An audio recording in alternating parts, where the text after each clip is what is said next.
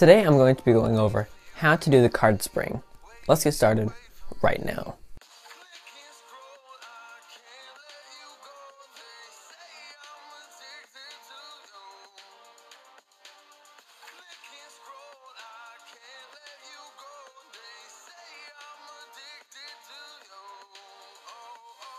Now you just saw the card spring on that intro, and that is what I will be teaching you today. The card spring is something, if you don't know this as a magician, you're probably not that good of a magician because every single magician knows this move. Some people actually think that doing a card spring is shuffling up the cards. I've been asked if I was doing that before. And what's really nice about that is it's almost like a false shuffle. Another thing that's great is it makes you look like, aside from the fact that you can do magic already, that you can make things move with your mind, which in fairness is another great aspect to being a magician. And if you want to know how to do that, watch this tutorial. Now, the card spring looks something like this, and I will show you how to do it where the cards are flying through the air, and I will be coming out with another tutorial on how to do this sideways instead of doing it like this, where the cards all fly out. The cards will come out in a sideways manner. So instead of coming straight like this, or straight like this, they'll come and move in a sideways motion. And I'll teach you that in another video.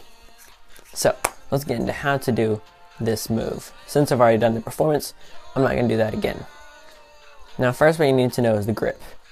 You're going to have your thumb along this bottom left hand corner, just right here, and your middle finger will be coming across this top right hand corner. You will have a few other little helpers with your index and your ring finger. What you're going to do once you're in this grip is you're going to bend it up. When I first started doing this, I thought you had to bend it in and try to do this, but that ends up being more of just a dribble, which in fairness is not what we're going into today, although I will be coming out with a tutorial on that one also very soon. So once you're here, how to get it to actually spring once you have that grip. So you're going to bend it up just like this, and this will take a lot of practice. So when you're just starting, using a more well-worn deck of cards instead of something more brand new, definitely not something as snappy or as thick, would be helpful for you. And yes, if you're wondering, that did rhyme. So now how to get it to actually spring. Once you have your nice soft cards that you used for a while, you bend it up, and you want to make sure it's going to spring off of your thumb. So you're actually going to bevel the cards a little bit. So instead of having them completely straight, you're going to have them almost tilted a little bit like this. That way it has this little slant right here. So you're here like this, you're going to have this little slant, where the slant down is going to be on your thumb side. You're going to have that little bit of a slant, not by much. That way the cards will shoot off your thumb and come down this way instead of coming off your middle finger, coming off this way. Because you really want to make sure you can control where the cards go. See, if you're going down here and then go to the top and then they shoot up and then shoot down, you're not going to be able to catch cards going in two different directions with only one hand. So you bend it up, shoot it off your thumb, and now how to catch it is another part of this video. So, how to catch it. I've seen a lot of magicians try to catch it just like this, almost like a little bowl. Which in fairness is how I used to do it, but the problem was if I tried to do it this way, all the cards would just hit here, and fall out of my hand. So what I tried to do was I made a little stand for it. I took my pinky finger and made a little stand with pinky on the bottom, thumb on the one side, and these other three fingers on the other. Now, what to do is, you're going to shoot it right here, and let them all land right there on your pinky stand. Then just come over with your thumb and catch it. And that's all you need to know for how to catch your spring.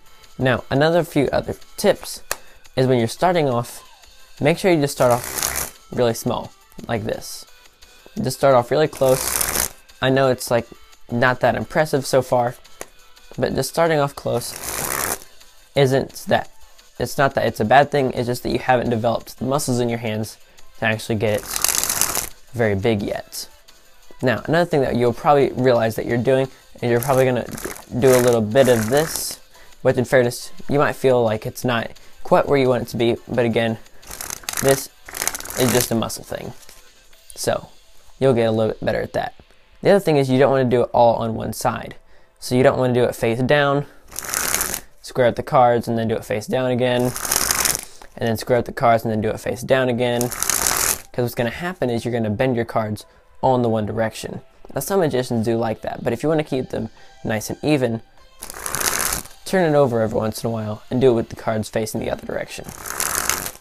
That way the cards don't all just form down and face the same way. If you want to know how to use this move in a card control, so let's say you've used the King of Diamonds, you put it in the middle, and this is not the card control that I'm actually talking about, controlling it to a place, because what I'm talking about is something a little bit differently.